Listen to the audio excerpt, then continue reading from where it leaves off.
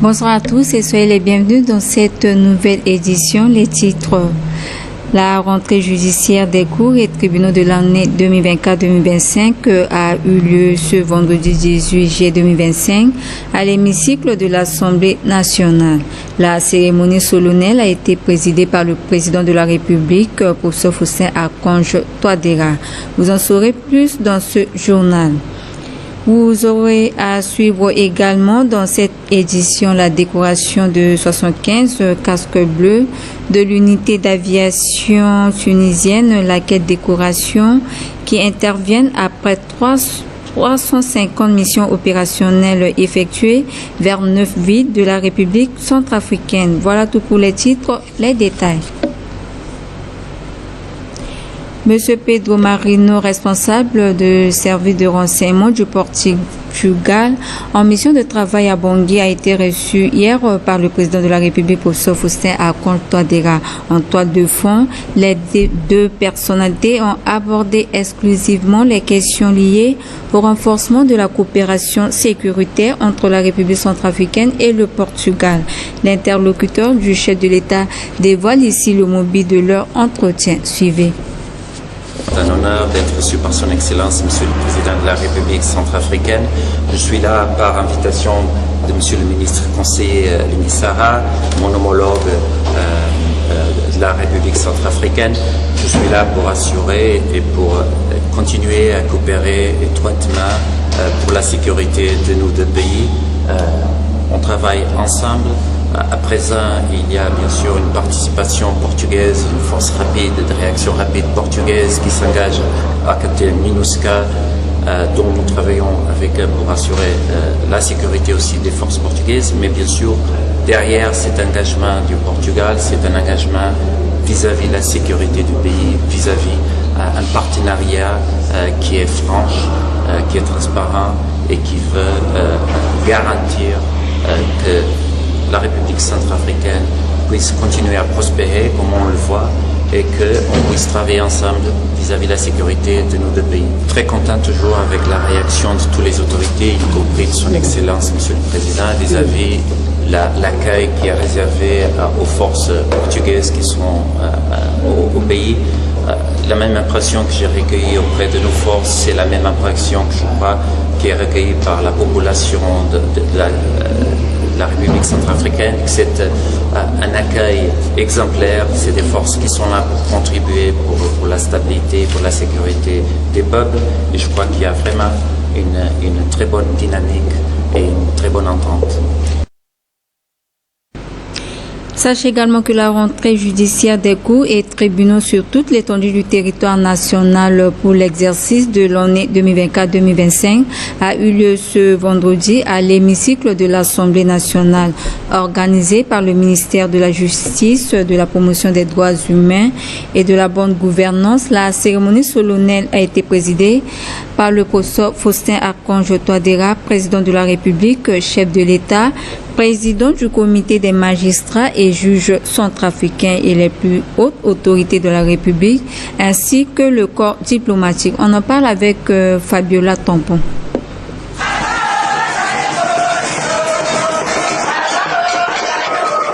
Environ 200 hautes personnalités du corps judiciaire venant des différents cours et tribunaux de la République centrafricaine ont vu de prendre part à cette audience solennelle marquée par la rentrée judiciaire 2024-2025, présidée par le premier magistrat, le président Faustin Archange Touadéra, en présence de l'honorable professeur Simplice Mathieu Saranzi, président de l'Assemblée nationale, du Premier ministre, chef du gouvernement Félix Mouloua, des présidents des institutions républicaines et du corps diplomatique, pour ne citer que cela. Ceci dans le cadre d'explorer les nouvelles pistes de sortie liées étroitement à la justice transitionnelle. Nous vous invitons pour circonstances à suivre l'intégralité du discours solennel du président de la République, le professeur Faustin Archange Touadéra, à l'occasion de cette rentrée judiciaire. La rentrée judiciaire symbolise la continuité et le bon fonctionnement de l'appareil judiciaire garant de la liberté et de la sécurité juridique et judiciaire.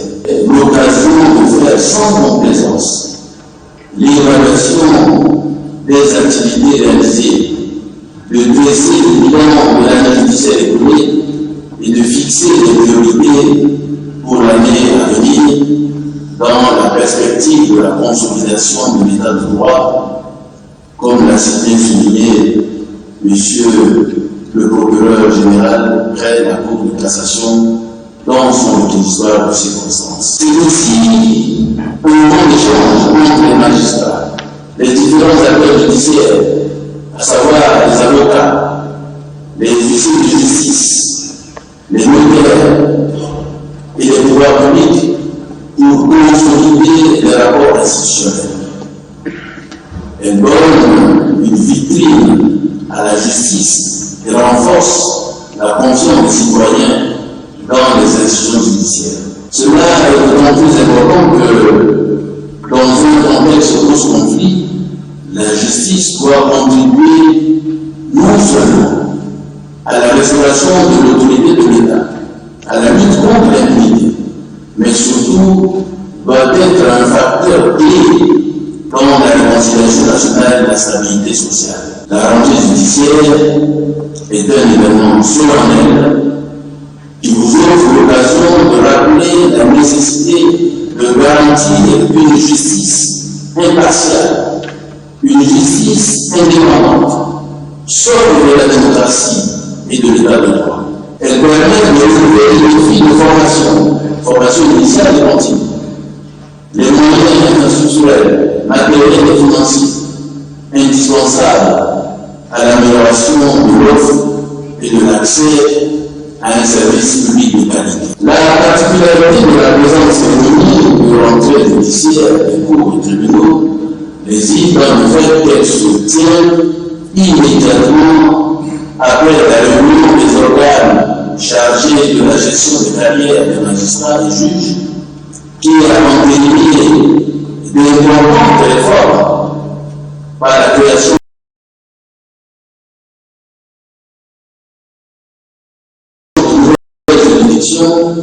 tant de l'ordre judiciaire que de l'ordre administratif pour rapprocher la justice de la population conformément aux nouvelles circonscriptions administratives d'une part et d'autre part des promotions ainsi que des nominations dans diverses fonctions dans les juridictions ainsi qu'à la chancellerie.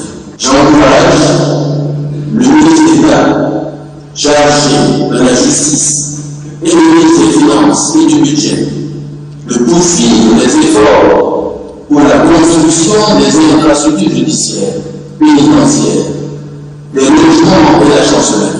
Notons que depuis l'accession à la magistrature suprême de l'État en 2016 du professeur Faustin Archange Touadéra, il a fait de la justice son fer de lance en vue de promouvoir la paix, le développement et la bonne gouvernance en République centrafricaine.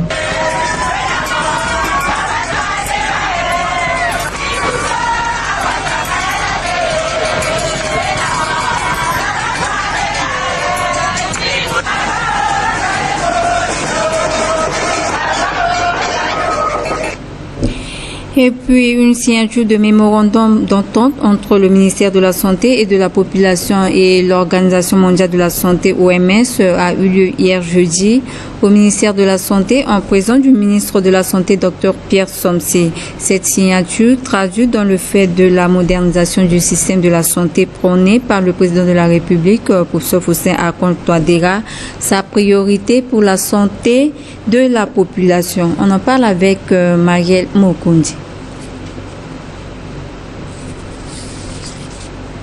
Cet élément n'est pas en place. Nous poursuivons le fil normal de cette édition pour vous signaler que le ministre chargé de la fonction publique et de la réforme administrative, Marcel Dimassi, a tenu une réunion ce vendredi à l'Agence centrafricaine de la formation professionnelle et de l'emploi ACFPE avec les jeunes nouvellement intégrés dans la fonction publique centrafricaine.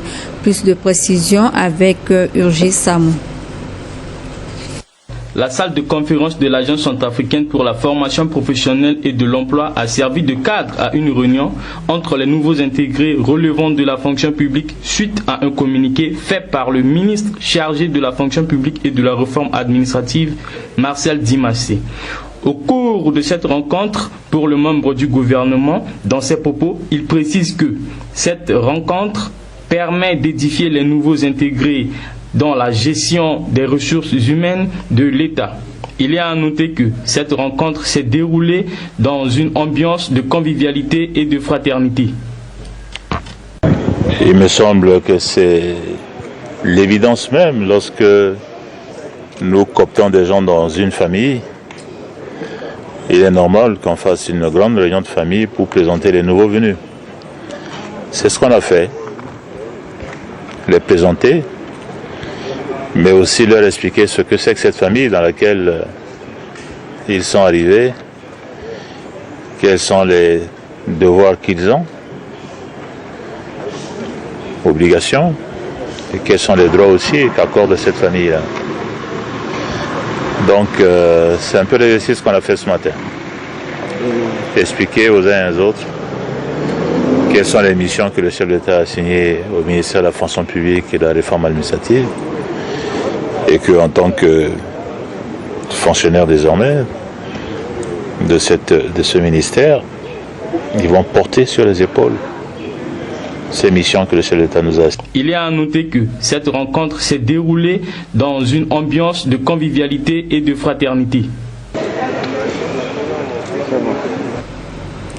Sachez également que le ministre en charge de l'énergie et des ressources hydrauliques, Bertrand Arthur Piri, a reçu ce vendredi le groupe de la Banque mondiale dirigé par M. Guido Ouangwa, représentant résident en République centrafricaine. Le point débattu est axé sur l'appui de la Banque mondiale à ce département et également l'état d'avancement du projet PARSE. Le représentant de la Banque mondiale nous livre ici ses impressions au sortir de l'audience. La discussion a porté sur deux choses. Premièrement, c'était pour l'introduction du nouveau directeur de l'énergie pour la région à laquelle fait partie la LCA.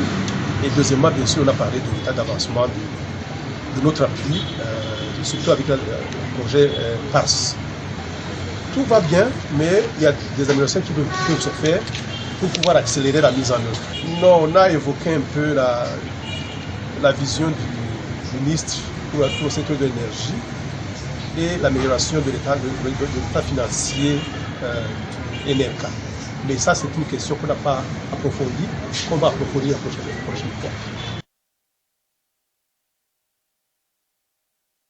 Destination de Boali pour vous informer que ouverture hier à Boali des travaux de l'atelier d'élaboration des référentiels de formation en énergie solaire photovoltaïque et plomberie à l'endroit des chefs d'entreprise, des responsables de centres de formation et les experts de l'éducation nationale. Organisé par le ministère de l'Éducation nationale en partenariat avec l'Institut européen de coopération et de développement IECD, l'ouverture des travaux a été présidée par le directeur de cabinet du ministère de l'Éducation nationale, Dieudonné Gazalogo, représentant personnel du ministre d'État. On en parle dans ce reportage. Organisé par le ministère de l'Éducation nationale en partenariat avec l'Institut européen de coopération et de développement en abrégé IECD à travers le projet Initiative pour l'autonomisation des jeunes IPAGE, cet atelier qui a regroupé les chefs d'entreprise, les responsables des différents centres de formation professionnelle ainsi que les experts de l'éducation nationale fait suite à la signature d'accords de partenariat en avril 2025 entre l'IECD et le ministère de l'Éducation nationale pour la formation professionnelle en énergie solaire photovoltaïque et la plomberie. 19 jours d'assises permettront aux participants d'élaborer un référentiel de formation et de s'en approprier pour leur servir d'outil de travail dans l'exercice de leur métier. Le projet Initiative pour l'autonomisation de la jeunesse soutient et accompagne le ministère de l'Éducation nationale pour la promotion des jeunes. La finalité de cet atelier est qu'au sortir, à la fin de ces travaux, que nous puissions avoir des référentiels de formation sur 2 métiers, photovoltaïque et plomberie, pour que les jeunes centrafricains puissent se former à ces métiers. Voilà le but de l'atelier. Mais pour arriver à cela, nous avons pensé qu'il était indispensable de réunir toutes les parties prenantes, tous les acteurs institutionnels, entreprises et tous les experts pour que nous ayons des référentiels de qualité. Parce que la qualité d'un référentiel va dépendre de ce que veulent les entreprises. Parce qu'en fin de compte, c'est eux qui sont les employés, c'est eux qui sont les utilisateurs.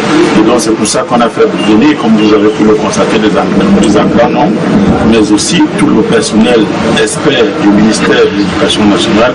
Et avec l'appui de l'IECD, je crois qu'ensemble nous arriverons à construire des référentiels de très grande qualité. Dans le cadre du processus de cette formation, ce projet encourage les femmes et les jeunes filles à se former dans ces domaines, a souligné le directeur pays de l'IECD, Patrice Noah. Nous encourageons les femmes, les jeunes filles à se former dans ces métiers pour développer justement l'entrepreneuriat féminin dans ces métiers. C'est pour ça que nous avons mis en place des systèmes de bourses pour les jeunes filles qui vont s'inscrire dans ces filières de formation pour que nous ayons des jeunes femmes formées dans ces métiers. Il convient de préciser que cet atelier qui a démarré le 16 juillet prendra fin le 25 juillet 2025 et la formation en énergie solaire photovoltaïque est d'une durée de 2 ans et pour la plomberie 3 ans. Retour à Bangui pour vous informer que la République centrafricaine, à l'instar des autres pays de la planète, commémore ce vendredi 18 juillet la journée internationale Nelson Mandela, dont la FAFECA n'est pas restée en marge de cette journée, aux côtés des femmes détenues de la maison d'arrêt de Bimbo, avec une forte participation des autorités locales, judiciaires, ainsi que les représentants des organisations internationales en Centrafrique. Junior Prince Maliavo, reportage. Les actions que mène la FAFECA depuis quelques jours auprès des femmes détenues de la maison d'arrêt de Bimbo s'inscrivent dans le cadre du thème mondial de la journée internationale Nelson Mandela édition 2025. C'est encore entre nos mains de lutter contre la pauvreté et l'inéquité. Plusieurs discours ont été prononcés lors de cette célébration. Dans son mot de circonstance, la présidente de la FAFECA a lancé un appel de réconfort à ces femmes. Je tiens particulièrement à m'adresser à vous, femmes détenues, qui traversez des épreuves parfois inimaginables. Vous êtes des modèles de résilience et de force. Et sachez que nous ne vous oublions pas. Le chemin n'est pas toujours facile, mais même dans ces moments d'adversité, il existe des opportunités. Vous avez le pouvoir de transformer votre réalité même ici. Chaque expérience peut devenir une leçon. Chaque défi peut renforcer votre détermination à saisir les chances qui se présenteront à vous. Je vous encourage à vous engager dans des programmes et initiatives qui peuvent être offerts au sein de cet établissement. Au cours de cette cérémonie, les femmes détenues de la maison d'arrêt de Bimbo ont présenté leurs talents intellectuels, culturels et sportifs à travers des concours d'orthographe et de calcul, poèmes, chorégraphie et une séance de fitness pour montrer aux invités que rien n'empêche les détenus de se développer derrière les murs comme les autres personnes. L'une des détenues se réjouit de célébrer cette journée à travers les différentes activités que la FAFECA et la MINUSCA organisent. Au niveau de la maison d'arrêt de correction des femmes de Bimbo, les activités ont commencé depuis 3 jours d'abord au niveau de la santé par la MINUSCA qui ont fait toute une consultation. Ensuite, c'est sur la FAFECA pour les l'autonomisation des femmes. Et aujourd'hui, nous avons toute une cérémonie qui a commencé par diverses activités qui ont été programmées par la maison d'arrêt. Les femmes de la maison d'arrêt de correction de Bimbo se sentent épanouies. Vous avez vu, on a commencé d'abord par l'alphabétisation. Il y a certaines femmes qui n'ont jamais mis pied à l'école, mais ça a été été une occasion pour elle d'être formée. Pour la régisseur de cette maison d'arrêt, elle a exprimé sa gratitude à l'égard de la FAFECA et de la MINUSCA. Nous avons choisi la FAFECA, c'est pas pour rien, parce qu'on prépare la future insertion socio-professionnelle et économique des détenus pour qu'à la fin de ses peines, qu'elle devienne une femme autonome. Le thème de cette année, c'est lutter contre la pauvreté. Donc après la prison, pour que cette femme-là soit autonome. Donc nous avons aussi nos articles qu'on a installés là-bas pour que la population vienne regarder ce que nous faisons au niveau de la prison. Cette journée est instaurée par les organisations des Nations Unies en 2009 en mémoire de Nelson Mandela qui avait milité pour la paix, la justice et les droits humains.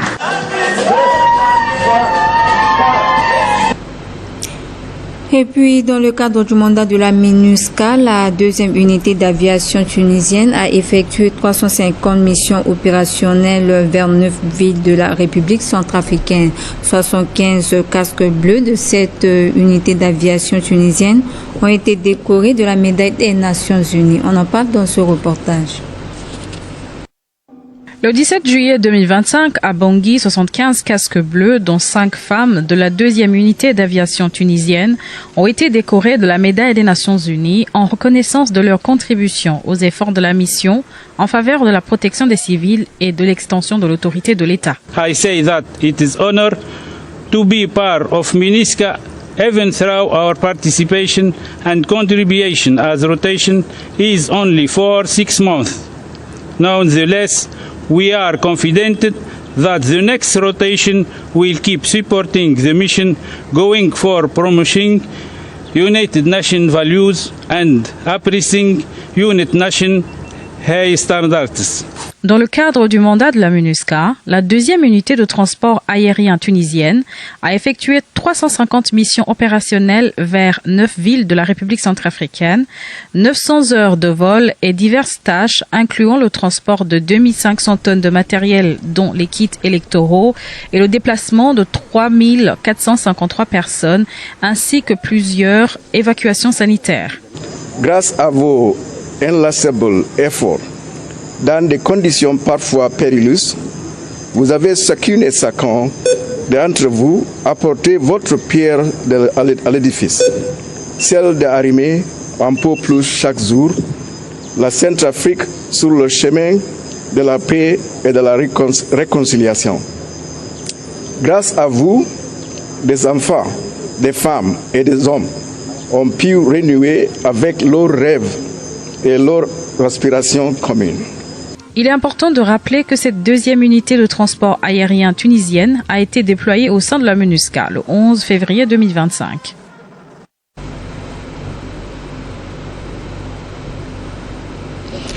Dans le cadre de la célébration du 50e anniversaire de l'église Aïbek de Centrafrique, un culte d'action de grâce a été organisé ce vendredi à l'église Aïbek de Kolongo dans le 6e arrondissement de Bangui. La cérémonie a eu lieu en présence des responsables des différentes églises de l'Aïbek de Centrafrique. Le point avec Obed Koyamili. C'est dans une immense de joie que les membres de l'église Aïbek de Centrafrique se sont regroupés à l'église Aïbek de Kolongo pour célébrer le 50e anniversaire de cette église, où tout a commencé par une prière d'ouverture par le diacre René Ngouyembo, suivi des chants, adorations et des différentes présentations des chorales pour illustrer ce grand événement. Le président de l'Aïbek de Centrafrique dégage ici le module de cette activité. Après les activités internes, nous avons jugé utile d'ouvrir officiellement ce jour la célébration du cinquantenaire de l'Aïbek. Donc, comme vous êtes en train de vivre avec nous, c'est la cérémonie d'ouverture qui est marquée essentiellement par un moment de célébration. Et à partir de ce jour, nous aurons des activités publiques qui seront menées. Notamment demain, nos délégués seront un peu partout dans la ville de Bangui pour faire des activités sociales. Le dimanche sera des célébrations par site.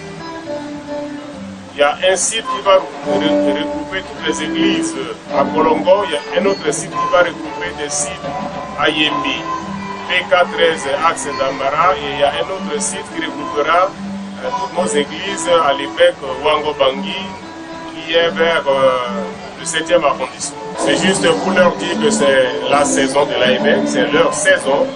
Et il faudrait que nous soyons tous mobilisés pour célébrer le miracle de Dieu qui a protégé l'Ibek durant ces 50 années.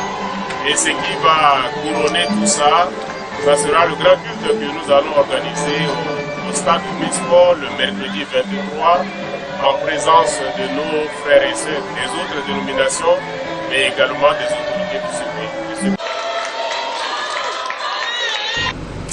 Nous abordons maintenant la seconde partie de cette édition en page invitée. La rédaction de la chaîne de télé Centrafrique reçoit ce jour vendredi 18 juillet 2025 comme invité M. Achille Mourez Poukouma, artiste, écrivain, auteur d'un livre intitulé Faustin Archange Touadéra, le bâtisseur.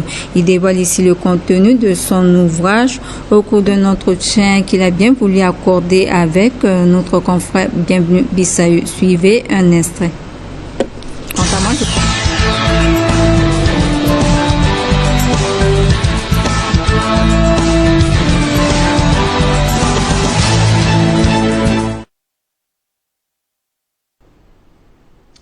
Bonjour ou bonsoir, selon votre position géostratégique à travers le reste de la planète, si vous le suivez un peu partout, dans le reste du monde, à travers le bouquet satellitaire ou d'autres supports de communication et de diffusion, nous sommes heureux et ravis de vous recevoir sur ce plateau technique de la télévision nationale dans la rubrique invitée du journal pour lequel nous allons pouvoir nous entretenir exclusivement avec M. Achille Maurice Poukouma, docteur en leadership, homme de Dieu, mais également artiste, écrivain.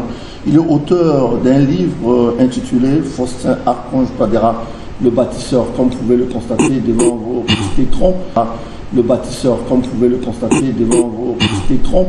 Le contenu, cette édition comprend combien de chapitres, combien de pages, et va pouvoir nous décliner sa motivation, pourquoi qu'est-ce qui l'a animé à pouvoir écrire cette édition artistique en la mémoire de cette illustre personnalité politique centrafricaine qui aujourd'hui est au sommet de l'État, son Excellence professeur Faustin Archange Touadéra. Mais également, nous allons pouvoir nous entretenir sur la question de la distribution, du circuit de distribution de cet ouvrage auprès de la communauté. Voilà l'essentiel des sujets qui seront abordés au cours de cette entrevue en exclusivité dans cette rubrique invitée du journal. D'ores et déjà, docteur, bonjour et merci d'être avec nous. Bonjour, merci, c'est moi qui vous remercie.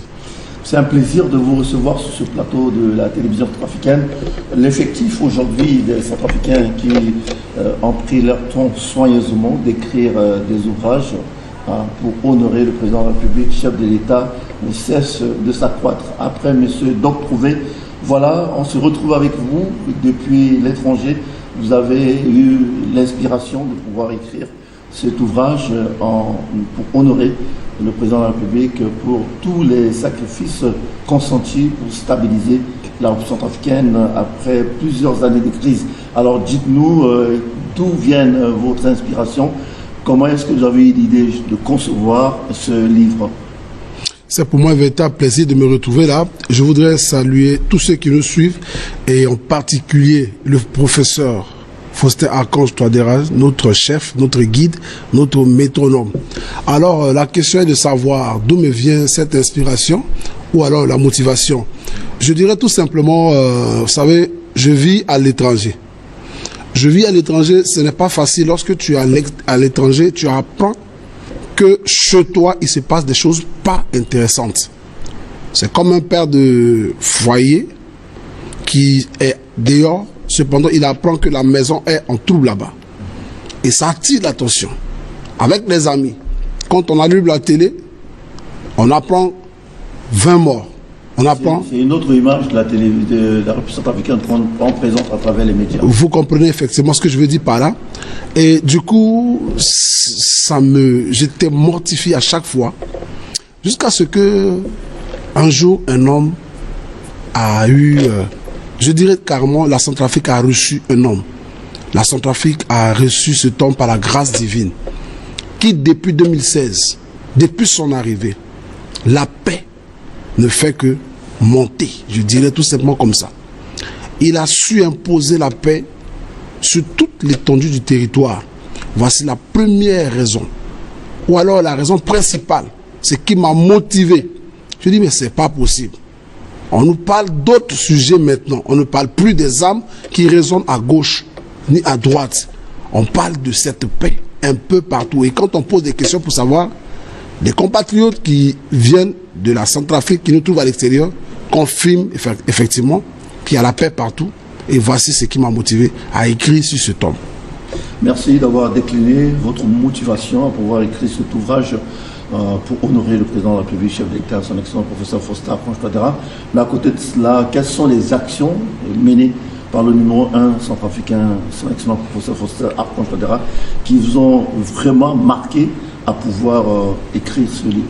Déjà, d'entrée de jeu, je l'ai signifié tout à l'heure ici, l'élément principal qui est un comportement, qui n'est pas juste des paroles, des vaines paroles, comme l'a signifié le feu Houphouët-Boigny, président à l'époque, ancien président de Côte d'Ivoire. C'est la paix, cette paix. Voici une action menée. Un homme qui s'est donné, un homme qui s'est sacrifié pour sa nation, qui a essuyé plusieurs injures, qui a essuyé plusieurs accusations, mais qui avance. Et secondo, nul n'est sans ignorer des différents travaux menés un peu partout. Je suis arrivé, je me rends compte que la ville, pour ne pas dire toute la nation, est en chantier aujourd'hui.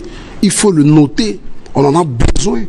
On n'est pas tous obligés d'être à la tête de la nation, mais on peut être en bas, apprécier celui-là ou ceux qui sont en haut par rapport aux actions menées.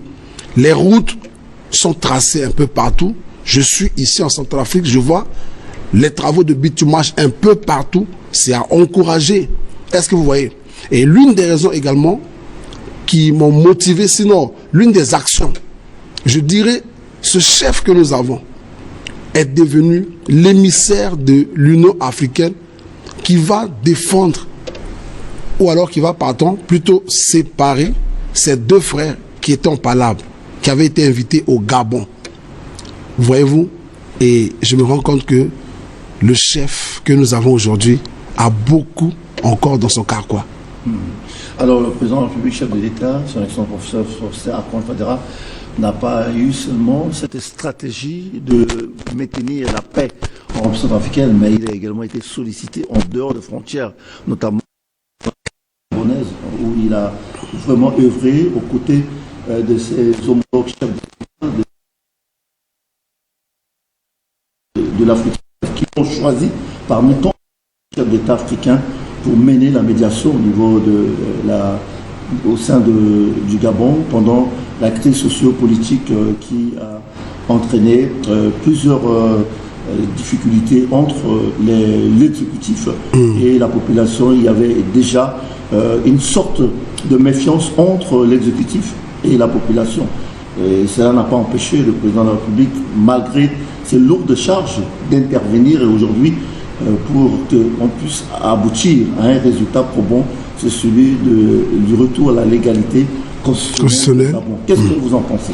Voilà, comme je l'ai dit tout à l'heure ici, bien évidemment, grande fut ma surprise lorsque j'ai allumé ma télé et je suis tombé sur l'avion. Je voyais en direct l'avion du président qui atterrissait sur le tarmac à Libreville. Et là, je suis resté scotché et j'ai vu tout ce qui s'est passé. Voyez-vous, qu'est-ce que je peux dire par là? Par cette action que le président de la République a menée, la Centrafrique est ici à un autre niveau aujourd'hui, international. La Centrafrique est de retour dans le concert des nations aujourd'hui, à cause d'un homme. Et ça, vous êtes d'accord avec moi? Il a su redorer le blason de la nation aujourd'hui. C'est une bonne chose. Permettez-moi de vous donner ce témoignage. De la table de matière en note, avec satisfaction que vous avez ébauché 10 chapitres. Alors, quelles sont les grandes articulations ou les thématiques que vous avez retenues pour chaque chapitre? Ok. Déjà, vous avez là-bas, le premier c'est quoi, selon vous? De l'ombre à la lumière. De l'ombre à la lumière. Effectivement. J'ai réfléchi longtemps. Je veux parler d'un homme qui hier n'était pas connu, un professeur, et qui, soudain, quand il fait surface, je dirais comme ça, beaucoup n'avaient pas foi en lui. Et c'est la vérité. Et il le sait très bien. Mais il n'avait pas besoin forcément que les gens puissent l'accepter. Si déjà Dieu l'accepte, cela en vaut la peine. C'est tout. Et de l'ombre à la lumière. Et justement, aujourd'hui, ce monsieur, le président de la République centrafricaine, est une figure emblématique. Pas seulement ici, dans son pays, pas seulement en Afrique centrale, mais déjà dans toute l'Afrique. Et en dehors du continent africain. Voilà pourquoi je parle de l'ombre à la lumière. Il est connu aujourd'hui. Son nom est connu. Et quand on parle de lui, on parle de la nation. Très bien. Pour dire que le président de la République centrafricaine, professeur Faustin Archange Touadéra, n'est pas seulement un panafricaniste connu dans ce pays, mais également en dehors, à l'échelle internationale, pour les actions combien louables et salutaires dont il a fait montre. Oui. Il a démontré aussi, au vu de la communauté nationale et internationale, de quoi il était capable de prouesse en ce qui concerne la question de consolidation de la paix, non seulement en Afrique, mais en dehors du continent, où il a été sollicité plusieurs fois pour apporter sa modeste contribution dans le processus de consolidation de la paix dans le reste de la planète. Nous arrivons presque à la fin, compte tenu du temps qui nous est imparti dans cette entrevue en exclusivité dans l'invité du journal. Un dernier mot, vous allez rencontrer le président de la République demain dans une soirée de dédicaces à l'occasion pour présenter cet ouvrage. Alors dites-nous de façon synthétique quel est le programme prévu à cet effet et le déroulé de cet événement. Bien évidemment, demain samedi à 14h30 du côté de Ledger, il y aura la dédicace de cet ouvrage. Voilà. Permettez-moi de faire une rétrospection. J'ai écrit ce livre depuis le début de l'année. Voilà. Il est sorti, je crois, bien avant ce frère. Je ne le connais pas. Vous avez parlé d'un docteur qui a dû sortir un livre. Oui. Voilà. Mais il s'agit de Doc Trouvé. Voilà, Doc Trouvé. Voilà. Je l'ai vu lorsqu'il a présenté sur les réseaux sociaux. J'avais déjà ce livre. Mais c'est le temps qu'il fallait. Du coup, je suis fier. Il faut dire que demain, de manière officielle, à partir de 14h du côté de Hôtel Ledger, il y aura la dédicace. Le chef de l'État a promis être là, il sera bel et bien là. Déjà, c'est une cérémonie qui va durer environ 2 heures de temps. Le grand public aura le temps, ceux qui sont invités auront le temps, de découvrir l'ouvrage. Nous avons eu des gens qui ont eu vent de ce livre déjà sur les réseaux sociaux, qui nous ont appelés et qui ont voulu acheter, et on leur a dit non. Il y a quelqu'un qui a voulu acheter 20 livres. Et effectivement, et on lui a dit, on ne vend pas pour le moment parce que le concerné, le personnage principal du dossier, de l'ouvrage, doit d'abord recevoir de manière officielle. Il n'est pas encore rentré en possession. Non, il a déjà eu son livre. Voilà, je lui ai remis déjà une copie. Et je le remercie de passage parce qu'il m'avait déjà reçu. Et je lui ai remis la copie. Et voilà, demain, de manière officielle, nous allons procéder à la remise officielle. Et ceux qui seront là, les autorités qui sont conviées, bien évidemment, auront aussi leur quoi. Très rapidement, avant de clore cet entretien, pour le centrafricain lambda, quel sera le circuit de distribution? Comment est-ce que vous allez le mettre à la portée du public centrafricain qui attend avec beaucoup d'enthousiasme rentrer en possession de cet ouvrage qui parle du président de la République, chef de l'État, de ses actions salvatrices qui ont permis aujourd'hui à la République centrafricaine de retrouver sa place dans le concert des nations. Pour ne pas vite aller en besogne, j'aimerais tout simplement dire ils auront l'information sur les différents endroits de distribution parce qu'il y a une équipe qui est déjà sur place, vraiment une équipe solide qui travaille durement. Donc je crois au courant de la semaine prochaine, ici au sein de la télévision nationale et dans les autres médias, il sera annoncé où est-ce que le Centrafricain lambda pourra aller afin de pouvoir s'en procurer. Très bien, merci. C'est sur cette note de satisfaction que nous bouclons cette entrevue dans l'invité du journal. Je rappelle que vous êtes monsieur Achille Maurice Poukouma, docteur en leadership. Vous êtes également artiste écrivain. Vous êtes l'auteur du livre intitulé Faustin Archange Touadéra, le bâtisseur. Vous pouvez éventuellement, dans les jours qui suivent, vous procurer dans les différentes librairies de la place ou d'autres structures culturelles afin de dénicher la substance de ce livre qui est riche en enseignements, qui fait la fierté de la République centrafricaine pour ce tome d'État, ce tome politique qui s'est investi corps et âme pour que la République centrafricaine aujourd'hui puisse retrouver sa place parmi plusieurs nations après plusieurs séries de crises. Merci à vous de nous avoir suivis. Vous pouvez éventuellement retrouver cette entrevue en exclusivité sur Télé Centrafrique dans la rubrique invitée sur notre page Facebook mais également sur le site du gouvernement. À très bientôt.